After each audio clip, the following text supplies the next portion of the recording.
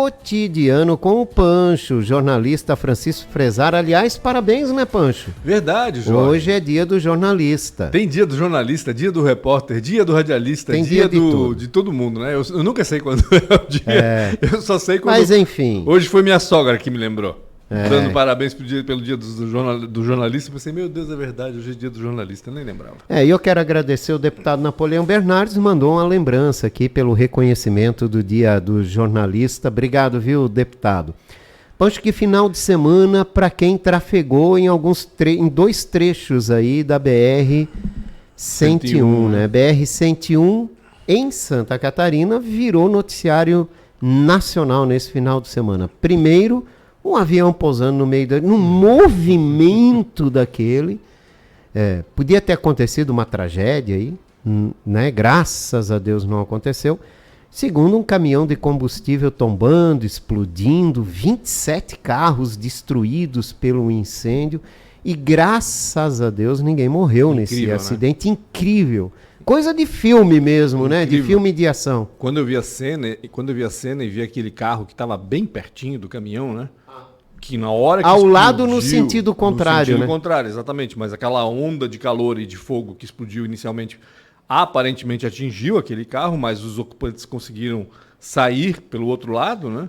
Não sei se chegaram a se queimar, provavelmente sim, imagino eu que sejam eles. 5 pessoas estavam feridas, 2 do caminhão, então a gente supõe 3 daquele veículo. 2 ou 3 daquele veículo, eu vi 2 pessoas saindo, não sei, não dá para ver muito bem, mas acho que dá para ver pelo menos 2 pessoas saindo daquele carro e fiquei impressionado, falei, meu Deus. E você viu um ônibus passando? Exatamente. Conseguindo passar, né? Conseguindo passar, porque foi exatamente no tempo certo. E o desespero que dá, porque imagina você estar no meio daquela confusão, você vê aquela bola de fogo subindo, viu que aconteceu alguma coisa, daqui a pouco você vê as labaredas chegando, porque elas vêm com o líquido que vai escorrendo. Morro abaixo. E vai fazer o quê? Né? A gente até viu ali os primeiros tentando dar ré, deram ré e tal, mas não tinha completamente presos, exatamente, né? No meio estava todo o super trânsito. Congestionado aquele trânsito, como sempre está lá no Morro dos Cavalos. E o desespero para sair o quanto antes e abandonar o carro e deixar que ele fosse queimado, né? Porque não tinha outra saída, né? E que bom, menos mal que não tivemos aí ninguém morto nesse acidente. Temos os feridos que estão sendo tratados com certeza, né? Mas, de novo, leva a atenção para esse trecho da BR-101, que é outro trecho muito complicado dessa rodovia federal. Acho que o mais complicado está aqui na nossa região, no litoral norte, entre Barra Velha, Pissarras até Porto Belo, Tijucas. Que já está sendo falado muito sobre, pelo menos, essa rodovia paralela que o governo do estado quer construir, vai demorar muito tempo, mas ali no Morro dos Cavalos também é um problemaço, né? Também é um item da repactuação aí do contrato da Artéria Litoral Sul com o governo federal, saber exatamente o que vai acontecer, porque algo tem que ser feito ali, né? Fala-se numa terceira pista, fala-se em túneis. Então, agora se cobra muito, né? O avançar o projeto do túnel existe. Sim. A questão é aplicar esse projeto. Exatamente. E esse acidente pode ser um empurrão para que isso saia do lugar. Né? O acidente pelo menos vai servir para que esse assunto seja discutido e não seja esquecido lá no governo federal, principalmente, onde está sendo avaliada essa repactuação aí com a Artérias Litoral Sul, né? Mas imagino eu que isso, claro, vai ter impacto no pedágio, então é bem possível que a partir do momento que houver um novo contrato, muito mais caro, porque pelas obras que têm que ser feitas, né? Com certeza isso vai impactar no pedágio, então a gente vai ter que estar preparado para isso. Hoje a média é 5,20, né, para veículo de passeio, exatamente. Né? 5,20, se não me engano. Na CCR acho que é um pouco mais barato. Né? Tem a questão do contorno viário, e por que caminhão não passa no contorno viário? Era um caminhão de combustível, né? Abastece. Mas ali ele estava fora do trecho do já estava fora? Já estava fora do trecho. O Morro dos Cavalos não está no trecho está depois, porque se eu não me engano o contorno de Florianópolis chega na BR-282 e ali afunila junto com a 101, alguma coisa assim. E aí à frente da entrada de Florianópolis, uns 20 né? quilômetros depois talvez. Por isso mais necessário ainda que se faça o túnel, né? Com certeza. Alguma coisa tem que ser feita, não é possível que a gente tenha que deixar isso ali, porque não há alternativa, você não tem um caminho alternativo. Todo mundo que estava parado ontem por conta disso... Não tinha para onde ir. Não tinha para onde ir, exatamente, não tinha por onde... A volta que tem que ser dada é gigantesca, de centenas de quilômetros. Então, com certeza, alguma coisa tem que ser feita, porque a BR-101 a gente sabe da importância dela, a gente sabe do problemaço que existe ali no Morro dos Cavalos, que é praticamente igual ao que existe aqui no litoral norte em todo o nosso trecho. Aqui alguma coisa já está sendo pensada, mas para daqui a 20 anos, vamos combinar, porque vai demorar demais para essa rodovia ser construída. Né? A gente tá todo mundo contente, vai sair a Via Mar, vai sair a rodovia paralela à BR-101. Gente, 2 anos para fazer o estudo de impacto ambiental. Foi assinado agora. Ou seja, o estudo de impacto ambiental vai ficar pronto em 2027. O estudo de impacto ambiental, que provavelmente vai trazer o melhor traçado, e aí vai ter que contratar os projetos executivos, mais 2 ou 3 anos pelo menos, ou seja, 5 anos, a gente está falando só em projeto e estudo, 5 anos, nós estamos em 2025, 2030, aí a gente vai pensar em executar alguma coisa. E lembre-se que o maior problema em obras no Brasil chama-se desapropriação. E aí eu sempre digo o seguinte, né? Se a nossa via expressa está há 10 anos para não ter 1 quilômetro sequer entregue, o prolongamento da via expressa... Imagina uma rodovia Imagina uma rodovia com 3 pistas em cada lado, 145 quilômetros, se eu não me engano, desde Joinville até Florianópolis. Ou seja, gente, não é fácil. Eu não sei se estarei vivo, a gente já falou disso aqui, né? Não sei se estaremos vivos aqui para ver isso aí. Mas foi uma loucura. E a perícia do piloto do avião conseguiu pousar? Loucura, né? Impressionante, porque... Por mais que foi muito rápido, né? Ontem até estavas falando, né, que Fantástico trouxe imagens várias câmeras que tinham no caminhão, então, inéditas, né? isso. E a gente percebeu que o motorista só se deu conta do avião quando ele já estava pousando praticamente. Sim, quando ele olhou para o retrovisor e viu um avião dentro do retrovisor dele. Ou seja, a perícia do piloto de colocar aquele avião entre 2 caminhões, um deles um caminhão-tanque, que provavelmente está trazendo combustível, olha o perigo, né? Exato. Colocar ali... Pousar na BR-101, ele se enroscou, quase foi atingir a mureta ali que divide as 2 pistas, conseguiu equilibrar, conseguiu pousar e levar o avião até o acostamento, claro, e aí teve que interromper a rodovia porque a asa, né, ultrapassa o limite da pista e aquela coisa toda, tiveram que desmontar o avião para tirá-lo de lá. Foi também um inconveniente aí que ocorreu para quem passa pela BR-101. Mas o maior mesmo aconteceu ali no sul, né, no Morro dos Cavalos, por conta de mais de 12 horas, quase 20 horas, né? 15 horas de interrupção aí da BR-101. Um susto para quem viu, de repente, um avião descendo na rodovia, uma tragédia para quem estava ali naquela situação do caminhão. E como é que a gente vai saber? Será que ele está dando um rasante? Será que ele quer pousar? Né? É difícil a gente raciocinar. Os vídeos que tem, todo mundo fala, meu Deus, vai cair. Não é algo comum, né? A gente não está acostumado. Aí, de repente, você vê o avião pousar e Loucura. ficar na beira do... Que habilidade desse piloto, ouvido pelo Fantástico ontem. Deu pane, né? Explicou todos os procedimentos possíveis foram feitos, e até ele falou, a gente é treinado, lógico. A gente passa por esse tipo de simulação. Então, de repente, o avião pifa. Vamos indo e escolhe um lugar provável, né? Ele disse, não foi sei ali. Se tu percebeste, Jorge, mas na primeira imagem que apareceu nos noticiários, dá para perceber que ele pousou logo depois de um monte de fio de alta tensão que passa pela rodovia, até com aquelas bolas justamente para sinalizar que ali existem fios de alta tensão. Imagina o perigo que esse cara passou. E uma habilidade fora do comum. Incrível. E Blumenau ganha mais alternativas de novos modais de transporte. De mobilidade, né? De mobilidade, pode-se falar assim, com as bicicletas elétricas. Agora, né, a mesma empresa que explora o aluguel de patinetes, explora agora também mais bicicletas elétricas. Eu, particularmente, Pancho, está desde ontem, né, na rota de lazer ali, foram colocadas. Eu particularmente entendo que isso deveria vir acompanhado de uma educação. Não tenho dúvida. Uma educação para quem vai usar essas bicicletas elétricas e uma educação no trânsito de um modo geral. Vão ter mais bicicleta. Isso vai andar na calçada, vai andar com pedestres, vai andar com motos, com veículos. Então deveria ter uma campanha ali envolvida nisso, né? Quando se dá uma concessão para uma empresa dessa, deveria estar incluído, mas você vai ter que primeiro fazer uma campanha, pelo menos uma semana antes, de como utilizar e os cuidados necessários com mais veículos no meio desse trânsito todo aí que a gente tem, conturbado, diga-se de passagem. depois lança, né? Educadinho. Eu, por exemplo, não sei nem como é que eu vou pegar aí uma bicicleta elétrica. Não, isso aprende fácil. Eu uso bastante até eu entendo. O patinete, né? Mas de fato, Jorge, se você abre o aplicativo da Jet, você não tem num local fácil e acessível orientações sobre como usar, por exemplo, o patinete. Deveria aparecer já na primeira página, tipo um alerta assim, né? Tipo, olha, você vai pegar o patinete, regras básicas, só né? na calçada ou sabe onde tal, em tal velocidade, se bem que a velocidade já é automaticamente controlada, né, pelo próprio sistema, o que é muito bacana por sinal, mas deveria sim, de fato, haver um esclarecimento maior, né, de como usar tanto o patinete quanto agora a bicicleta elétrica, né?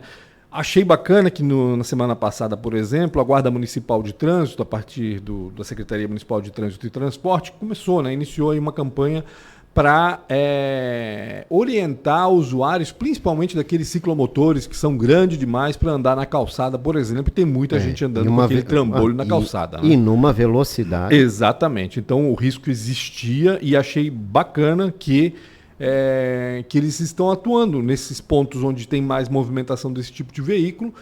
Ainda acho que deveria haver uma campanha também fora do local do trânsito, ou seja, na internet, nos meios de comunicação, tinha que haver uma campanha mais de esclarecimento também, de conscientização principalmente, mas já é um primeiro passo. Agora, de fato, a partir do momento que você incentiva as pessoas a usarem patinete, incentiva as pessoas a usarem bicicleta, tem que vir junto também a orientação, né? Porque ninguém, vamos combinar, ninguém está acostumado a usar e precisa saber como usar e onde usar. Né? E mais gente poderia usar, que às vezes não usa por até falta de conhecimento. Por medo, talvez. Outra coisa também. E os itens de segurança? Exato. Capacete, por exemplo. Não é fornecido pela concessionária. Não é fornecido. E tu sabe que um tombo de patinete, eu não sei se você que usa bastante já chegou perto disso, mas um tombo pode machucar. Com certeza. De bicicleta elétrica também. A queda da própria altura, como gosta de dizer. O Corpo de Bombeiros. O boletim do Corpo de Bombeiros. Quando a pessoa cai, né? Ela corre o risco de bater a cabeça em qualquer lugar, tanto no chão quanto num carro que está do lado, enfim. E para pessoas mais idosas, o perigo é maior, né? Exatamente. Então tem tudo isso aí. A única coisa, que ótimo que tem, isso é bom para a mobilidade da cidade, mas está faltando essa questão aí, né? Como você falou, talvez até abre o aplicativo e já vem ali. Sim.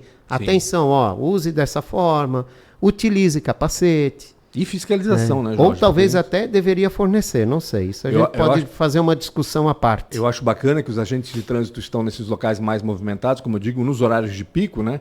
Mas falta movimentação, falta fiscalização. Eles têm que estar para fiscalizar também. Tem que, se encontrar um ciclomotor daqueles grandes, com mais de 1000 watts de potência andando pela calçada, como acontece a todo momento, parar esse indivíduo e orientar e multar, se for o caso também, porque senão, sem punição, não adianta, Jorge. Ninguém vai continuar. Vai continuar. Com adolescentes, né, gente? Muito menor de adolescentes idade, não habilitados. Sem capacete e tudo mais. Esse veículo precisa de habilitação. Exatamente. A Prefeitura confirmou a compra do prédio da Unimed, então a Secretaria de Trânsito e Transporte já tem um lugar para se mudar, deve começar essa mudança no final do mês, parece que a Unimed vai se transferir, né? Isso, para a unidade da Vila Nova. A partir do dia 22, pelo que eu li, já vai ser até o atendimento lá na Vila Nova, né? No prédio. Então já deve estar liberado o prédio para ser adaptado.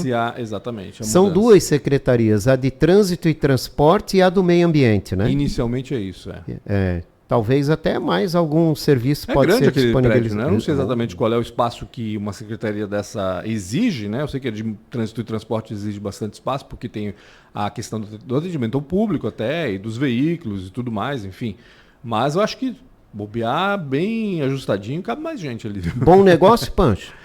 Aparentemente sim, Jorge, porque pelo menos porque assim, é um lugar acessível, como a gente já comentou aqui também, né?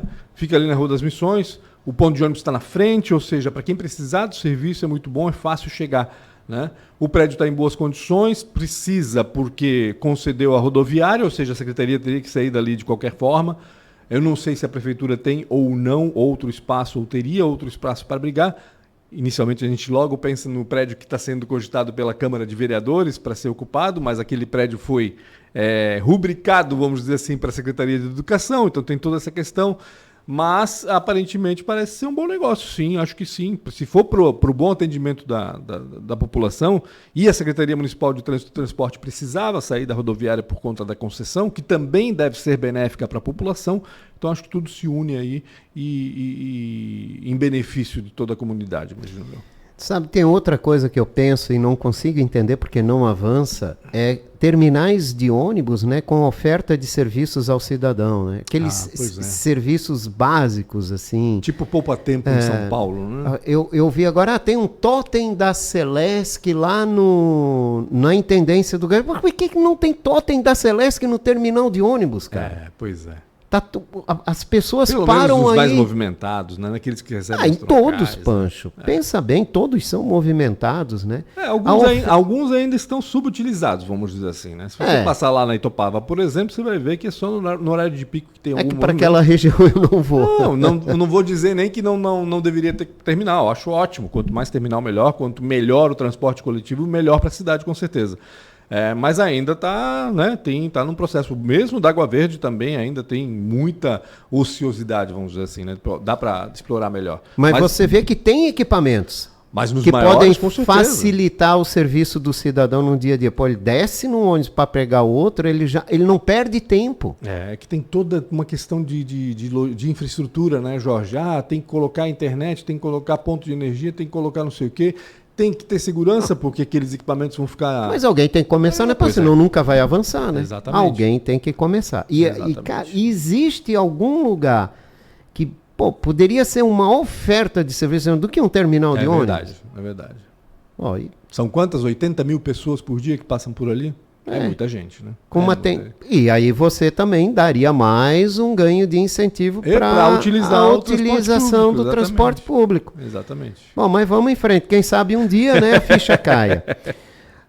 Vamos pagar, Pancho? Não, você não, né? Eu acho que com certeza.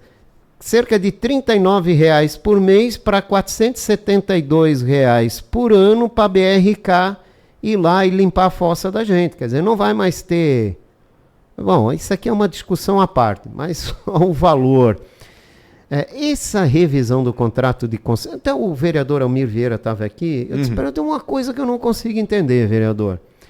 Quando é feito um contrato de concessão, ele não é direto entre prefeitura e concessionária. Ele passa pelo crivo da Câmara de Vereadores, tem que ser aprovado, tem que ser discutido. E por que a revisão de contrato não é discutida, não é aprovada? Claro. Porque, quinto aditivo para a empresa, mais 10%. Então, se hoje é 102, vai para 112 do valor da água? Gente, isso é um absurdo. Não é um absurdo, Pancho? Você paga R$100 de água, o que eu não consigo você vai pagar 220, 120 de esgoto. O que eu não consigo entender nessa história toda, Jorge, é o seguinte: não dava para perceber lá no início que isso ia acontecer? Ou seja, porque dizem, né, que nesses... Porque, vamos lá, vamos recapitular a história, né? Agora está pactuado que 60% da cidade vai ser rede. Vai ter na rede de tubulação, coleta e tratamento, e 40% da cidade não vai ter, vai ser fossa e filtro, e a BRK vai lá limpar uma vez por ano, então, a fossa do pessoal, por esse valor que tu passaste ali, R$40 por mês em média, vai? Quer dizer, o mínimo, né? O mínimo. É o mínimo, né, gente? Hoje, por exemplo, eu moro num condomínio de 4 casas. Nós pagamos R$600, R$700 para fazer essa coleta, essa limpeza. Imagina, agora cada um vai pagar isso. Sim. A gente se sente roubado. Com certeza. O sentimento é ruim, com certeza. E isso é um absurdo. Isso vai ter que ser muito bem explicado. É um absurdo. Ô Jorge, mas aí eu te pergunto o seguinte, né? Se a BRK agora disse que, porque até onde foi publicado, né, é o que a gente está sabendo, que esses 40% iam ficar muito caro para fazer por conta da densidade demográfica dessas localidades. Vão lá, Vila Itopava, regiões mais distantes e tudo mais tal. Isso já sabia no início do contrato. Isso já sabia que essas regiões são demograficamente pouco habitadas e que isso vai ficar mais caro porque tem pouca população para uma tubulação gigantesca que tem que passar por ali e o custo de tudo isso. Tudo isso já sabia no começo. Por que não foi feito então desde o começo? Mas o marco legal do saneamento básico no Brasil permite que seja feito assim. Ok, ninguém está questionando isso. A gente está questionando por que não foi feito dessa forma, então, já lá no início. Se sabia que era mais caro nessas áreas mais... porque a gente esperava que em 10 anos ou 15 anos a cidade mudasse e fosse mais povoada naquilo. Peraí, gente, né? Dá para fazer uma projeção aí do que vai acontecer. Não, e também a cobrança, né? Então é muito estranho e eu acho importante, muito importante que a sociedade cobre explicações e que quem entenda do assunto venha também para colaborar. Porque, claro, você, somos cidadãos, a gente a gente só vê a conta a mais a ser paga e claro que isso vai ficar ruim. Mas a gente tem que entender, até porque alguém tem que ser punido se for o caso de ter alguma coisa errada, de alguma coisa ilegal ou feita fora da norma, vamos dizer assim. Mas, Pancho, não dá para entender 120%, 110%, por exemplo, da conta de água para isso. Não dá para entender. Mas é demais. É demais.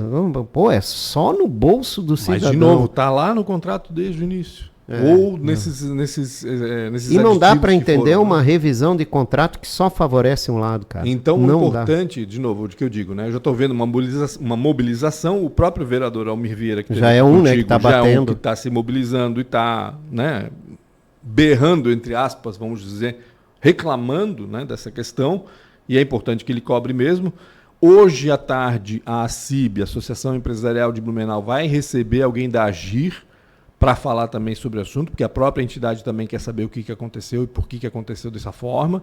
E assim por diante, todo mundo deveria, de alguma forma, cobrar explicações e levar essas explicações para quem deve, para poder ver se isso é correto ou não. Imagino eu que até o Ministério Público já deve estar se mobilizando nessa hora para ver se esse aditivo está tudo certo com ele ou não, para saber exatamente o que foi feito e saber se está dentro do que pode ou não pode ser feito. Pode ser feito dessa forma? Pode. Vai reclamar a população? Vai reclamar. A gente vai ter que, enfim, aí nesse caso, né, a BRK, o Poder Público, o SAMAI, vai ter que fazer um grande trabalho aí para esclarecer para a população exatamente o que aconteceu e convencer a população de que é assim que tem que ser feito e que é isso que tem que ser pago. Eu tentei contato várias vezes com a empresa, né, que não responde e também parece não ter muita vontade de querer discutir isso e explicar essa situação também. Bom, a Câmara ganhou aval lá para pegar o prédio que era da educação, obviamente com contrapartida, né? Imagina, né? 7 milhões do 10º devolve 27, insignificante. Ou permuta com o prédio ali do centro histórico. De novo aqui, o Almir Vieira esteve aqui, né? Ele é incentivador daquele projeto maravilhoso que é lá da Câmara, pouco mais de 30 milhões. Disse ele aqui que já tem toda a aprovação para parceria, se quiser, né? Já foi superado os problemas que poderiam ter judiciais, então já tem todo esse sentido. Eu particularmente acho que seria uma entrega da Câmara, um presente da Câmara para a cidade. O prédio onde a Câmara vai ser, é como se não tivesse a Câmara. Tu vai passar pela cidade, onde é que é a Câmara de Vereadores? Não vai ver. Está escondido. Vai ficar escondida. Tem problema com entrada e saída do trânsito, tem problema com inundações, sim. Chuva forte lá alaga tudo. E tem problema de investimento também. Porque tem que ser reformado completamente, né, o prédio, né? Aí eu também, Jorge, eu acho que a cidade deveria discutir... Então uma solução mais possível hoje talvez seja um arrependimento amanhã, né? Tem que pensar nisso. A cidade deveria discutir muito bem essas possibilidades, sabe? Tanto a possibilidade de executar o projeto mais antigo, né? Que é aquele de construir um prédio novo na mesma Alameda de Caxias, na Rua das Palmeiras, e transformar parte do centro histórico num parque, de novo, né? Existe esse projeto de transformar num parque sensacional que vai margeando o rio Itajaí-Açu e o Ribeirão Garcia, um parque ciliar, que integraria todo aquele aparato do centro histórico, né? Ou seja, a pessoa podia fazer um passeio passando ali pelo antigo porto, entrando embaixo das pontes ali, da ponte Rui Willich, da ponte Desembargador Pedro Silva, indo pela margem do Ribeirão Garcia até o prédio da Câmara, que seria construído onde hoje há um estacionamento ali, praticamente é isso, né? Do lado daquele, em frente à Rua Ceará ali, enfim, no meio da Rua das Palmeiras. Ali seria construído então o prédio da Câmara de Vereadores, um equipamento moderníssimo, né? Que valorizaria o centro histórico, e a gente está precisando ainda, né, de valorização do nosso centro histórico. Com certeza aquele prédio ia ajudar a valorizar ainda mais. Hoje a Câmara tem esse papel de trazer movimento para para aquele canto da cidade e deixaria de ter, ou seja, a gente já perdeu a tapioca ali na Praça Cecílio Luz, vamos perder a Câmara também agora para o prédio lá, sabe? Daqui a pouco o centro histórico está abandonado de novo. E isso é o que a gente não quer. A cidade não quer. A cidade precisa de uma referência histórica. A cidade precisa de um centro histórico tanto para o seu cidadão quanto para o turismo. Então seria importante que essas possibilidades sejam muito bem avaliadas por toda a cidade, não só pelos vereadores, porque, vamos lá, vereador tem uma visão, não estou dizendo que o Ito está errado, não é isso, mas a gente tem que ouvir urbanistas, historiadores, gente que pensa a cidade como um todo e que saiba qual é o melhor caminho, ou que pelo menos tenha claro na mente o que é melhor para a cidade como um todo e o que não é melhor para a cidade como um todo. Pensar só na Câmara de Vereadores nesse aspecto eu acho um pouco de egoísmo, talvez até. Não sei se egoísmo é a palavra, mas um pouco de mente pequena. Vamos lá, tem que pensar na cidade como um todo. E se a gente tem a oportunidade de resolver 2 problemas, ou ajudar a resolver 2 problemas pelo menos, de uma vez só, mesmo que o investimento seja maior, talvez o investimento até seja maior, mas o retorno vai ser grande também. Se fizer esse prédio ali na Rua das Palmeiras e, principalmente, né, aliar a ele, como está meio que amarrado desde o início, a implantação de um parque ciliar, ou seja, mais um equipamento de lazer para o cidadão e para o turista da cidade. Que ficaria uma área maravilhosa, com a prainha pronta também do outro lado, né? Seria sensacional. Dinheiro gasto à toa que a gente não quer, mesmo que seja menos do que aquele que está previsto, né? Porque um é 10 milhões, o outro é 30 milhões. Não é isso? 10 milhões que eles estão mais ou menos isso, eu acredito. A reforma do prédio lá do Garcia, né? Então tem que ver, sabe? Pô, foi investido mais de R$1 milhão naquela praça da Rosenplatz, a Praça das Rosas. Que benefício trouxe isso para a cidade até agora, Jorge? Eu desconheço. Não vi aquilo se usando de jeito nenhum. Para mim foi R$1 milhão que até agora foi colocado ali que não trouxe benefício nenhum. Quem sabe com essa integração desse parque ciliar justamente passando ali pelos fundos, aí sim pode ter um benefício bacana, pode ser um equipamento a mais. E aí até para isso então, né? Até para fazer com que aquela praça tenha vida de alguma forma. Quem tu vai presentear na Páscoa? Pois é. Eu não tenho filhos, quem é que eu vou presentear? Minha mulher. É o jeito. Mas já viu o preço do chocolate? Cara, é um absurdo, né? Um absurdo. Né? Procon lançou uma pesquisa, né? Divulgou, a variação chega a 65%. Pô, a gente vai ter que caminhar muito para achar o chocolate. 65% é numa caixinha de bisque, não é nem um chocolate de Páscoa, vamos dizer assim. Muita gente ganha, claro. Chocolate. Cara, aqueles ovos de Páscoa lá. É um absurdo, né? Se for pegar... Aquilo virou coisa para rico, né? O preço que a gente paga no chocolate, no quilo do chocolate no ovo de Páscoa é absurdo. É um negócio inacreditável, assim. Não dá o negócio é ninguém comprar, porque daí vai forçar o comércio a baixar o preço. Uma barra de 80 gramas custa R$6, R$7. Um ovo de 100 gramas custa 90. Como assim, gente? Não tem sentido. Não tem sentido nenhum nisso. É loucura. Loucura. E fora que, né? Eu não sei se está acontecendo com os ovos, mas imagino eu que aconteça também. De alguma forma a indústria deve fazer com que isso aconteça. Cada vez mais estão diminuindo o tamanho dos produtos, né?